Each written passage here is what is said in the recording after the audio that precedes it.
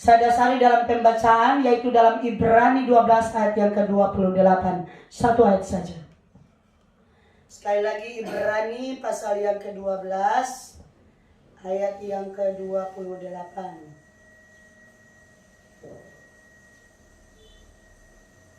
Satu ayat.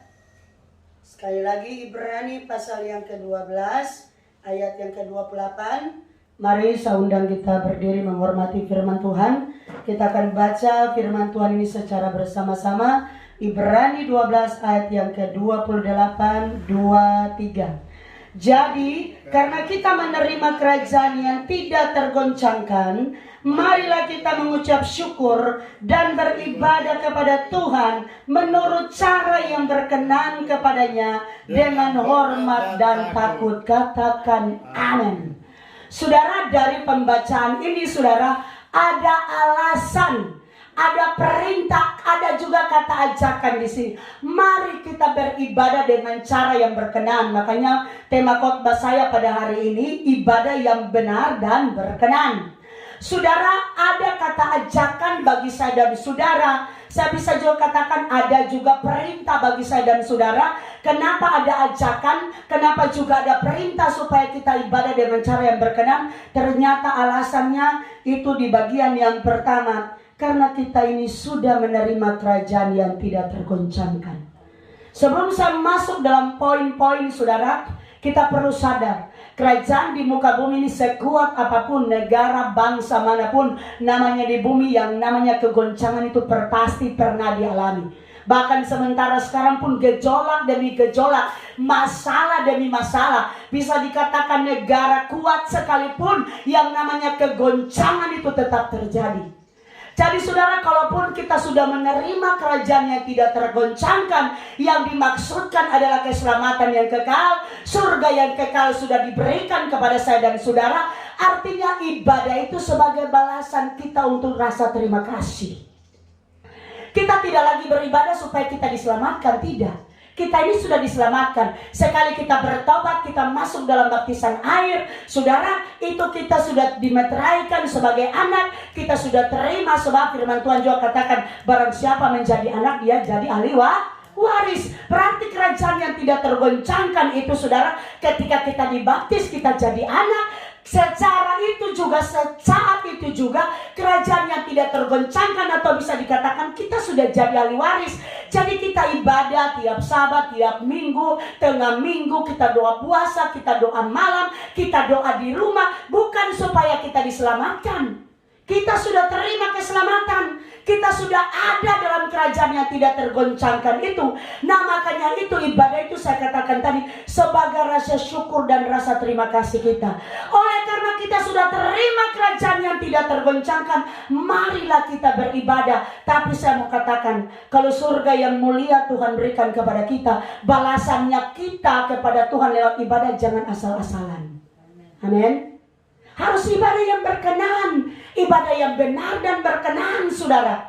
Banyak orang mengucap syukur, oh telah ditebus, sudah menerima keselamatan. Tapi untuk balasannya, ibadahnya asal-asalan, sekedar isi waktu. Orang Manado istilah yang penting store muka. Tapi saudara, kita akan belajar, saudara, sebagaimana saya katakan, kita sudah tahu, tapi Tuhan kembali mengingatkan kita supaya semakin hari ibadah kita itu semakin sempurna. Nah, kita masuk pada poin yang pertama, saudara. Untuk membalas kasih Tuhan dalam ibadah yang benar sesuai firman, mari kita buka di dalam Mazmur pasal 2 ayat 11. Saya minta satu orang baca firman Tuhan ini. Ini ibadah yang benar dan berkenan. Silakan Mazmur 2 ayat yang ke-11. Kalau sudah ada yang dapat, silakan dibaca. Beribadahlah kepada Yahweh dengan takut, dan ciumlah kakinya dengan gemetar. Amin, saudara. Poin yang pertama dikatakan, beribadahlah kepada Bapa Yahweh dengan takut dan ciumlah kakinya dengan gemetar. Apa maksud? Kalau orang tangkap secara logika, di mana Tuhan kaki, orang harus cium. Arti dari firman Tuhan ini, Tuhan mau kalau betul-betul kehidupan yang beribadah itu adalah ibadah dengan kerendahan hati. Artinya ada ketundukan. Di sini dikatakan ibadahlah kepada Tuhan dengan rasa takut. Rasa takut di sini, saudara, bukan sama dengan Rasa takut karena berbuat kejahatan dikejar-kejar polisi, atau rasa takut seperti orang takut hantu? Bukan seperti itu. Rasa takut yang dimaksudkan di sini, ibadah itu dengan penuh kehormatan kepada Tuhan. Ibadah dengan kerendahan hati, ibadah dengan ketulusan di hadapan hadirat Tuhan. Sebab sekali lagi saya mau katakan, ibadah itu bukan cuma sekedar di bibir, saudara.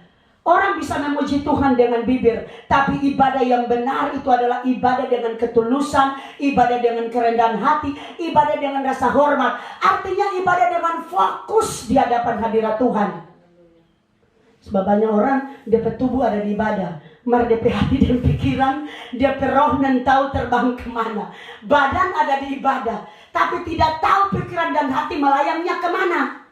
Saudara, di mana rasa hormat itu? Kalau cuma tubuh yang hadir di ibadah, sementara ibadah berjalan kemudian dia pikir, aduh rumah di sana belum selesai kerja ini, aduh ini belum selesai, aduh ini. Sementara tubuh ada di ibadah, apakah di sini ada rasa hormat?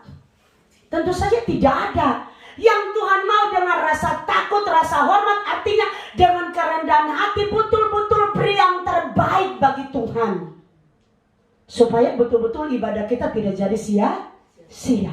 Itu poin yang pertama. Poin yang kedua, coba silakan baca di dalam Keluaran pasal yang ke-8 ayat yang pertama. Ibadah yang benar itu seperti apa lagi? Yang benar dan berkenan. Berfirmanlah Yahweh kepada Musa, pergilah menghadap Firaun dan katakan kepadanya, beginilah firman Yahweh, biarkanlah umatku pergi supaya mereka beribadah kepadaku. Saudara, mungkin kalau kita cuma sepintas baca ayat ini kayaknya tidak ada sangkut pautnya. Tapi saudara, saya mau katakan, tujuan Tuhan mengutus Musa bawa bangsa Israel harus beribadah. Poin yang paling pertama, Tuhan mau Israel keluar dari Mesir itu untuk beribadah. Tapi saudara, tawaran demi tawaran, kalau kita lihat kisah itu, Firaun mengeraskan hati, bahkan ada begitu banyak tawaran, dan sempat ada satu tawaran, Firaun katakan, buatlah ibadah itu di tempat ini. Sementara yang Tuhan katakan harus keluar dari Mesir. Dalam arti saudara, poin yang kedua ini, Tuhan mau supaya betul-betul kehidupan yang beribadah itu kehidupan yang terpisah dengan keadaan Mesir. Kenapa saudara? Waktu di Mesir, Israel tidak tahu Bapa Yahweh. Waktu di Mesir, Israel tidak tahu ibadah yang benar. Pokoknya dia inti waktu di Mesir. Selalu kalau dikotbahkan kan Mesir itu berbicara atau lambang keadaan dunia. Firaun dilambangkan dengan kuasa kegelapan. Itu selalu yang diartikan. Artinya saudara, kalau Tuhan mau betul-betul kehidupan yang ibadah yang berkenan, bukan cuma tiap minggu kita ibadah, bukan cuma tiap sabat kita ibadah, tapi ibadah yang benar harus keluar dari kehidupan lama. Harus terpisah dari kehidupan Mesir. Yang disimpulkan dalam satu kata, yaitu bertobat. Sebab banyak orang ibadah jalan terus, bertahun-tahun dengar firman, semua kegiatan ibadah tidak pernah alpa, tapi kehidupan lama tidak pernah ditinggalkan, tidak pernah keluar dari Mesir. Sementara Tuhan bilang, katakan kepada Firaun, biarkan umatku keluar dari Mesir untuk beribadah. Jadi ibadah yang berkenan yang kedua, hidup ini harus bertobat. Harus keluar dari kehidupan lama. Memang untuk bertobat itu tidak semudah membalikan telapak tangan. Masing-masing kita punya karakter lama. Bukan berarti begitu kita tahu Tuhan kemudian sepertinya begitu gampang sekali. Semua butuh proses. Tapi setidaknya Tuhan mau pertobatan itu setiap hari. Sampai seperti yang saya khotbahkan kemarin sore di Pastori. Jangan kita pakai alasan, ada kan firman Tuhan katakan roh penurut daging lemah.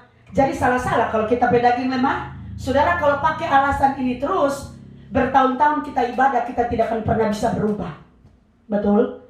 Tapi kalau kita pakai roh penurut, saya percaya saudara, ketika kita terus berusaha, mau ditegur, mau diajar, mau dinasihati, saudara, oleh firman Tuhan, saya percaya kita bisa berubah, bisa tinggalkan kehidupan lama dengan kekuatan Tuhan, bukan dengan kekuatan kita. Rata-rata kita manusia kan punya ego masing-masing. Kalau mau berubah dengan sekejap, Sekejap waktu itu tidak mudah, tidak gampang. Meninggalkan karakter lama, kebiasaan buruk itu tidak semudah omongan. Tapi Tuhan mau ibadah yang berkenan itu begitu. Harus saudara meninggalkan kehidupan lama. Harus betul-betul terpisah dari karakter yang tidak sesuai kehendak Tuhan. Jangan sampai ibadah-ibadah tapi situasinya masih tetap di Mesir. Kita harus berwaspada saudara. Supaya betul-betul ibadah kita sekali lagi tidak jadi sia-sia. Itu poin yang kedua. Poin yang ketiga saya minta baca di dalam Kolose pasal yang ke-10 ayat 24 sampai 26. Ini semua ada dasar-dasar firman Tuhan. Kolose pasal, Keluaran pasal 10 bukan Kolose. Keluaran pasal 10 ayat 24 sampai 26. Silakan. Ayat 24 demikian. Iya. Lalu Firaun memanggil Musa serta berkata, pergilah, beribadahlah kepada Yahweh, hanya kambing dombamu dan lembu sapimu harus ditinggalkan. Juga anak-anakmu boleh turut beserta kamu. Tetapi Musa berkata, bahkan korban sembelihan dan korban bakaran harus engkau berikan kepada kami, supaya kami menyediakannya untuk Yahweh Tuhan kami. Dan juga ternak kami harus turut beserta kami, dan satu kaki pun tidak akan tinggal. Sebab dari ternak itulah kami harus ambil untuk beribadah kepada Yahweh Tuhan kami. Dan kami tidak tahu dengan apa kami harus beribadah kepada Yahweh sebelum kami sampai di sana. Poin yang ketiga saudara, ibadah yang berkenan yaitu ibadah dengan membawa persembahan. Saudara, kalau kita berbicara tentang persembahan, waktu itu kambing domba. Tapi domba sekarang, saudara, itu adalah pribadi saya dan saudara. Yang dipersembahkan kepada Tuhan. Banyak orang, saudara, tidak mengerti akan hal ini. Tapi saudara, ibadah yang berkenan, itu ibadah dengan membawa persembahan. Persembahan yang paling terutama adalah diri ini. Kemudian hal-hal materi berkat-berkat yang Tuhan percayakan kepada kita. Karena saudara, saya sempat dengar dulu, banyak kali saya dengar orang khotbahkan, ada orang yang saudara tidak ke ibadah, ini bicara tentang persembahan, dia titip persembahan. Jadi uangnya ke gereja, orangnya tinggal di rumah. Emangnya uang masuk surga? Ini aneh, sudah betul persembahan dia bawa, tapi dirinya yang tertinggal. Ini aneh bin ajaib saudara. Yang Tuhan mau waktu itu Israel ibadah, tapi persembahan dibawa. Jadi dua-duanya, bukan bro mau ibadah, nyanda mau masih sibuk kita, napa titip akamnya persembahan. Tapi saya percaya kita tidak seperti itu. Jangan sampai tidak ke ibadah tapi titip persembahan. Saudara, Tuhan tidak butuh uang kita karena Tuhan punya segalanya. Tapi operasional pelayanan memang butuh uang. Makanya Tuhan atur kalau di kitab Keluaran itu bangsa Israel ketika mereka ada di padang gurun, Tuhan atur semua persembahan ini, persembahan itu. Makanya saya rasa aneh kalau saudara beberapa waktu yang lalu saya lihat di postingan ada orang yang anti dengan persembahan. Malah luar biasa dia bilang di situ, sepertinya pendeta-pendeta itu membodohi jemaat-jemaat dengan membawa persembahan supaya pendeta itu jadi kaya. Jadi dia mulai bully habis-habisan itu pendeta, rakus dan lain sebagainya. Oh haleluya, ini orang baca kitab suci di mana? Tapi kan saya tidak masuk komentar, saya cuma berpikir bukan main. Ada sekian banyak ayat firman Tuhan, persembahan itu adalah kunci berkat, tapi dia bully habis-habisan pendeta, dia muat di FB. Jadi saudara, ya saya pikir mungkin dia belum terlalu mengerti. Dia belum terlalu, istilahnya baca firman Tuhannya belum selesai. Jadi dia seperti itu. Padahal saudara, ketika kita bawa persembahan yang diberkati siapa? Kita sendiri. Karena sudah istilahnya hukum tabur tuai. Tidak mungkin kan Koatek menabur saya yang menuai, atau saya menabur kemudian Kok Roy yang menuai. Masing-masing saudara. Jadi saudara, berbicara tentang ibadah yang benar dan berkenan saudara, itu persembahannya rohani jasmani. Jadi jangan sampai tak tinggal satu. Sama yang tadi, titip persembahan. Persembahannya dibawa tapi diri tidak ada. Atau sebaliknya, kalau mau bawa persembahan bikin kaya pendeta. Jadi cukup diri yang dibawa. Tidak. Kalau tidak ada dalam aturan firman, kita tidak perlu lakukan. Tapi namanya itu ada di firman, itu harus dilakukan, saudara. Sebab memang itu yang berkenan. Pada akhirnya karena Firaun tidak izinkan, bukankah Firaun kena kutuk? Semua Mesir pun kena musibah. Jadi nanti sekena musibah dulu baru semua dikasih keluar. Mulai dari manusia sampai hewan-hewan semua dikasih keluar. Jadi saudara, ini aturan kitab suci. Jadi poin yang ketiga saya sampai di sana. Poin yang keempat, coba baca Mazmur 100 ayat yang kedua. Silakan. Poin yang keempat, Mazmur 100 ayat yang kedua. Beribadahlah kepada Yahweh dengan sukacita. Amen. Datanglah ke hadapannya dengan sorak-sorai. Saudara, kalau mau ibadah harus dengan sukacita.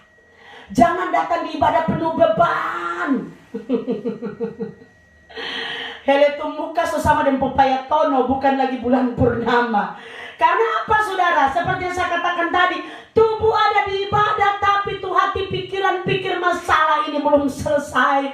Pergumulan satu ini belum selesai. Karena bawaan itu sehingga sampai di ibadah menghadap Tuhan pun, saudara, tidak ada sukacita. Saudara, yang Tuhan mau dalam ayat ini, beribadahlah kepada Tuhan dengan sukacita. Ada tuh lagu, tanggalkan beban dan kesedihan yang ada di dalam hatimu, kenakan jubah pujian. Jadi kenakan jubah pujian dalam ibadah, memuji bukan dengan beban. Tuhan bilang, datang ke hadirat Tuhan dengan hati yang penuh sukacita. Artinya saudara, kalau Tuhan sok kasih yang terbaik for orang, kasih kesana yang terbaik for Tuhan. Jangan berkat Tuhan orang sudah mampu hitung, kemudian kasih pak Tuhan cuma dengan wajah yang murung, datang ke hadapan hadirat Tuhan seolah-olah saudara mau mati nyanda, hidup nyanda. Yang Tuhan mau saudara datang di hadapan hadirat Tuhan itu dengan sukacita. Amin. Apapun beban, kalau mau cek satu persatu, kita semua masing-masing punya yang namanya pergumulan hidup. Meskipun kategori pergumulan itu berbeda-beda. Tapi ingat baik saudara, ketika tubuh kita ada di tempat ibadah, menghadap hadirat Tuhan, coba orang bayangkan, kalau orang menghadap hadirat Tuhan dengan beban, dengan pemuka yang orang mahera dalam muka maskena, coba orang bayangkan kalau Tuhan lihat orang kon Tuhan pemuka model begitu, kira-kira orang mau dapat berkat? Saya mau katakan, kalau selama ini Tuhan berkati orang, berarti Tuhan selalu lihat orang dengan sukacita. Tuhan tatap orang itu dengan wajah yang senyum. Sehingga karena dia punya hati senyum, dia punya hati senang, dia selalu kasih berkat. Tapi coba kalau Tuhan lihat orang dengan muka yang sedih, kira-kira kalau Tuhan sedih, Tuhan kasih apa? Ingat Israel, ketika Tuhan pakai Yeremia tegur bangsa Israel, karena Israel selalu buat Tuhan sedih, Israel selalu buat Tuhan muram, Israel selalu buat Tuhan sakit hati.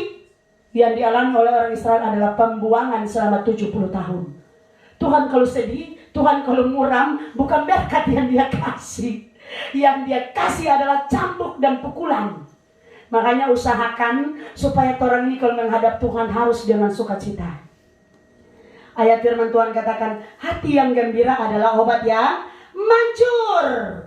Kalau di rumah banyak pergumulan, datang di ibadah harus dengan sukacita. Supaya betul-betul ada obat yang manjur yang mengalir dalam kehidupan saya dan saudara. Amin, saudara. Saya percaya kalau kita terus bersukacita, saudara, Tuhan pun akan bersukacita. Dan kalau Tuhan bersukacita, yang Tuhan kasih adalah berkat, bukan penghukuman. Itu poin yang ke-4. Sekarang masuk poin yang ke-5. Markus pasal yang ke-7 ayat yang ke-7. Ini yang seperti saya sudah sentil awal tadi. Silakan masuk Markus 7 ayat yang ke-7. Percuma mereka beribadah kepadaku, sedangkan ajaran yang mereka ajarkan ialah perintah manusia. Ibadah yang benar, ajarannya harus sesuai firman. Amin. Banyak sekarang saudara ibadah di mana-mana, tapi saudara pengajarannya saudara ibaratnya bukan rumput yang hijau, tapi rumput yang kering. Bukan menghidupkan iman jemaat, tapi mematikan. Kenapa? Karena seperti ayat ini, yang diajarkan cuma perintah manusia, yang diajarkan cuma aturan organisasi. Salah-salah memang peraturan organisasi seperti ini. Saya mau katakan, organisasi tidak bisa menyelamatkan. Yang menyelamatkan kalau hidup sesuai pengajaran firman. Amin. Dan kita bersyukur sejauh ini Bapak Yahweh terus buka kita rahasia kebenaran tentang baptisan air, baptisan selam, tentang pekerjaan roh tetap ada dalam firman Tuhan, tentang nama Bapak Yahweh yang semua yang dulunya kita tidak mengerti itu Tuhan bukakan sampai saat ini bagi kita. Jadi saudara, kalau kita sudah mengerti kebenaran saudara, mari kita terus berjalan dalam kebenaran. Puji Tuhan. Saya lanjut poin yang selanjutnya, coba baca di dalam Roma pasal 12 ayat 1. Ini sudah ada kaitan dengan tadi, tapi karena saya sudah catat, silakan dibaca. Ini ayat-ayat yang sudah kita sangat tahu. Ini ibadah yang berkenan, silakan. Karena itu saudara-saudara, demi kemurahan Tuhan, aku menasihatkan kamu supaya kamu mempersembahkan tubuhmu sebagai persembahan yang hidup, yang kudus dan yang berkenan kepada Tuhan. Amen. Itulah ibadahmu yang sejati. Amen. Ibadah yang sejati itu hidup kudus. Saya mau katakan, surga itu kudus. Kekudusan itu harga mati, tidak bisa ditawar. Amin. Harus. Mungkin kita beralasan tidak, saudara. Mungkin kita berpikir, manusia tidak ada yang sempurna. Saudara, dengan Tuhan itu tidak ada alasan. Namanya Tuhan perintahkan seperti itu, harus seperti itu. Mungkin kita pikir bagaimana saudara caranya. Kita harus berdoa sehingga Tuhan berikan kita kekuatan untuk hidup kudus. Amin, saudara. Memang untuk hidup kudus itu tidak gampang, saudara. Betul-betul harus jaga hati, jaga pikiran, jaga perkataan, jaga orang petindakan. Betul-betul, saudara. Saya bisa katakan menguras tenaga untuk terus berusaha hidup kudus. Tapi kalau namanya itu ketentuan Tuhan, kita harus. Mungkin hari ini sempurnanya kita itu saudara mungkin belum sesempurna yang Tuhan targetkan. Bisa dikatakan kalau Tuhan minta 100%, mungkin kudusnya kita itu baru sekitar 60%, 70%. Tapi saya percaya berjalannya waktu ketika kita terus berdoa, saudara, ada banyak hal yang menguduskan kita. Pertama tentu saja firman Tuhan. Kedua ya sebagaimana yang sudah dikotbahkan adalah baptisan air. Kemudian yang menguduskan kita apalagi? Doa-doa kita. Yang menguduskan kita apalagi? Ibadah seperti ini. Dan tentu saja yang menguduskan kita yaitu ketika Tuhan terus berusaha untuk merubah karakter hidup ini tetap dibawa dalam seluruh kebenaran. Karena memang saudara 1 Tesalonika 5 ayat yang terakhir yang Tuhan di situ firman Tuhan katakan ketika Tuhan datang, Tuhan dapati tubuh roh jiwa. Ya, ayat yang ke-23 silakan dibaca. Jadi tidak ada alasan, memang harus persembahan yang kudus. Silakan dibaca. 1 Tesalonika 5 ayat 23. Iya. Semoga Tuhan damai sejahtera menguduskan kamu seluruhnya, dan semoga roh, jiwa dan tubuhmu terpelihara sempurna dengan tak bercacat pada kedatangan Yesus Masiah Tuhan kita. Amin, saudara. Sekarang masih berjuang, tapi ketika Yesus datang, Dia menghendaki agar supaya kita betul-betul kudus. Makanya saudara terus berjuang. Itu poin yang ke-6. Sekarang saya masuk dalam poin yang ke-7. Silakan saudara baca di dalam 1 Timotius 6 ayat 3 sampai 5. 1 Timotius 6 ayat 3 sampai 5. Silakan dibaca.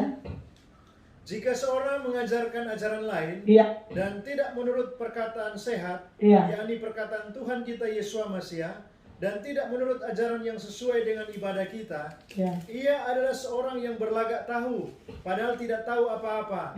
Penyakitnya ialah mencari-cari soal dan bersilat kata, yang menyebabkan dengki, cedera, fitnah, curiga, percecokan antara orang-orang yang tidak lagi berpikiran sehat dan yang kehilangan kebenaran, yang mengira ibadah itu adalah suatu sumber keuntungan. Jadi saudara, dalam poin ini saudara, saya bisa katakan ibadah yang benar sesuai dengan ayat ini atau ibadah yang berkenan, yaitu tidak atau jangan menjadikan ibadah sebagai sumber keuntungan.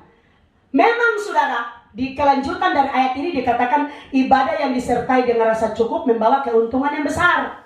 Tapi saudara, Tuhan tidak mau motivasi kita salah. Artinya jangan jadikan ibadah sebagai sumber keuntungan itu begitu. Begini saudara, ada orang karena kalau dia menjadikan ibadah itu sebagai sumber keuntungan, kalau dia cuma jadikan ibadah sebagai sumber keuntungan, saudara, dia nanti cari Tuhan kalau ada maunya. Saya kasih contoh, nanti kalau ada pergumulan baru cari Tuhan. Nanti kalau ada pergumulan baru ibadah. Pengalaman dalam pelayanan, saudara, saya lihat begitu banyak orang yang punya tipenya seperti itu. Dan itu ibadah yang tidak berkenan. Itu ibadah yang tidak benar. Dan saudara, dalam perjalanan hidup saya lihat sekian banyak, saudara. Ada orang-orang yang khusus, orang-orang tertentu, dia cari Tuhan ketika dia ada masalah. Tapi ketika Tuhan tolong, saudara, berterima kasih pun kepada Tuhan tidak, saudara. Apalagi mau datang ke ibadah. Saudara, ibadah seperti itu bukan ibadah yang berkenan. Yang Tuhan mau, saudara, apapun keadaan kita, ketika sudah ditolong ataupun saudara masih dalam pergumulan, tetap ibadah yang benar itu harus ada. Jadi poin yang ini, ibadah yang benar, ibadah yang berkenan, yaitu tidak menjadikan ibadah itu sebagai sumber keuntungan. Meskipun ada janji, ibadah kalau yang disertai rasa cukup artinya puas dengan apa yang menjadi kehendak Tuhan. Dengan ibadah itu tetap membawa keuntungan, tapi jangan sampai ada motivasi salah dari dalam torang kehidupan. Puji Tuhan, saya lanjut. Poin yang ke-8. Coba di dalam Yakobus 1 ayat yang ke-26. Ibadah yang benar dan berkenan itu seperti apa lagi? Silakan. Jikalau ada seorang menganggap dirinya beribadah, tetapi tidak mengekang lidahnya, ia menipu dirinya sendiri. Maka sia-sialah ibadahnya. Ternyata poin ini juga, saudara, ibadah yang benar adalah mampu mengekang lidah. Ini ayat firman Tuhan. Karena memang, saudara, ada firman Tuhan katakan, lidah adalah anggota tubuh yang paling terkecil. Tapi Tuhan ibaratkan seperti api yang kecil bisa membakar seluruh hutan yang besar. Bahkan dia katakan ibarat kemudi yang kecil, tapi dia bisa mengendalikan seluruh kapal yang besar. Artinya lidah itu kecil, dan dia ada dalam anggota tubuh kita. Tapi saudara, perannya itu sangat penting. Jadi saudara, ternyata ibadah yang benar juga kalau kita mampu mengekang lidah. Artinya saudara, mulut ini pakailah untuk tetap bersyukur. Biar so ibadah dan tahun-tahun mereka tiap hari kurang bersungut-sungut terus, mengeluh-mengeluh terus, nyanda pernah rasa puas, protes terus dengan Tuhan. Saudara, ini tidak akan dapat apa-apa dari ibadah ini dia. Ini nasihat Tuhan. Poin yang selanjutnya, saudara, poin yang ke-9, coba baca di dalam Yakobus 1 ayat yang ke-27. Ini semua berkaitan dengan ibadah yang benar dan berkenan. Silakan.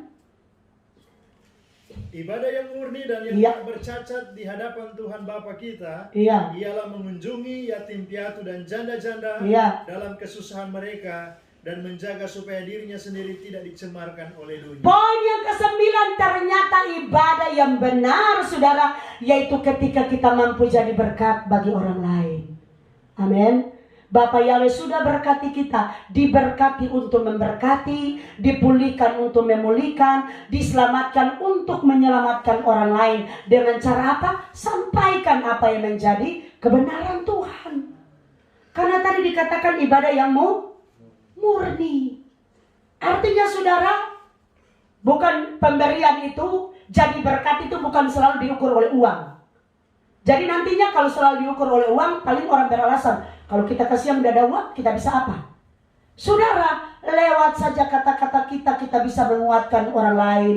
Memang kalau sesuai dengan pembacaan ini, ayat ini memang berkat secara lahiriah, mengunjungi anak yatim, memberikan kepada orang yang miskin, itu pemberian secara lahiriah. Tapi saudara, ini pengertiannya luas. Pada intinya saudara, ibadah yang benar, itu hidup kita jadi berkat. Jangan ibadah terus, tapi selalu jadi batu sandungan. Bukannya menjadi berkat, tapi selalu saja jadi batu sandungan. Yang Tuhan mau ketika kita ibadah, kita jadi berkat.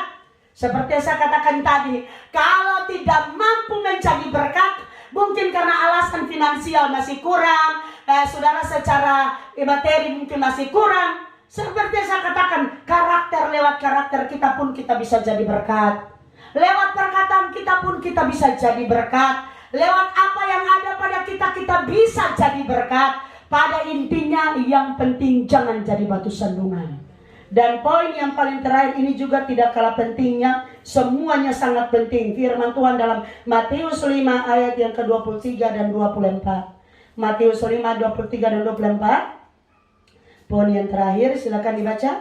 Sebab itu jika engkau mempersembahkan persembahanmu di atas mezbah, dan engkau teringat akan sesuatu yang ada dalam hati saudaramu terhadap engkau, tinggalkanlah persembahanmu di depan mezbah itu, dan pergilah berdamai dahulu dengan saudaramu. Amen. Lalu kembali untuk mempersembahkan persembahanmu itu. Amin, saudara. Ini ayat firman Tuhan. Ada orang ibadah-ibadah, marah baku musuh yang orang 10 tahun nak berhenti. Dendam kesumat 20 tahun yang selesai. Ibadah-ibadah tapi iri hati jalan terus. Datang, mungkin bawa persembahan, ibadah kepada Tuhan, tapi tidak ada pemberesan dengan yang lain. Masih ada antukan satu sama lain. Sementara kalau dalam ayat ini Tuhan bilang, kalau mau datang bawa persembahan, itu kan ibadah. Kalau engkau teringat sesuatu, tanggalkan persembahanmu. Artinya datang di hadapan hadirat Tuhan itu dengan pemberesan. Ketika saudara 10 poin ada begitu banyak, tapi yang Tuhan taruh dalam diri saya pada hari ini 10 poin ini. Ini ibadah yang benar. Jadi poin yang terakhir, ibadah yang benar yaitu hidup berdamai dengan semua orang. Ibadah yang benar yaitu ada pemberesan baik dengan sesama, terlebih dengan Tuhan. Kalau kita tahu melakukan ibadah yang benar, saya mau katakan janji Tuhan Keluaran 23-25 itu pasti kita alami. Bahkan saudara, terlalu banyak janji Tuhan tentang ibadah. Tuhan bilang hidup sekarang, hidup yang akan datang kita diberkati. Itu pasti diberkati. Artinya kalau Tuhan bilang kita diberkati, ya pasti diberkati. Yang penting ibadah kita berkenan dulu. Ibadah kita benar dulu di hadapan hadirat Tuhan. Nah, sebagaimana 10 poin yang sudah saya ajarkan pada hari ini, saya percaya saudara, Roh Kudus yang akan terus mengingatkan kita. Puji Tuhan, inilah firman Tuhan yang bisa saya bagikan. Saya tutup dengan doa, mari kita berdoa. Terima kasih Bapak Yahweh, kami bersyukur buat pengajaran-Mu pada hari ini. Engkau mengajar kami tentang ibadah yang benar, tentang ibadah yang berkenan, sehingga ibadah kami tidak jadi sia-sia, tapi betul-betul ibadah kami diberkati oleh Bapak Yahweh. Terima kasih Tuhan. Saatnya kami akan masuk dalam pujian dan penyembahan. Berkati penyembahan kami. Biarlah suasana surga terus ada dalam penyembahan kami. Biarlah urapan Bapak Yahweh terus mengalir dalam penyembahan kami. Biarlah kuasa-Mu terus ada, hadirat-Mu terus memenuhi kehidupan kami. Terima kasih Bapak. Ini doa syukur kami. Demi nama Tuhan Yesus. Haleluya.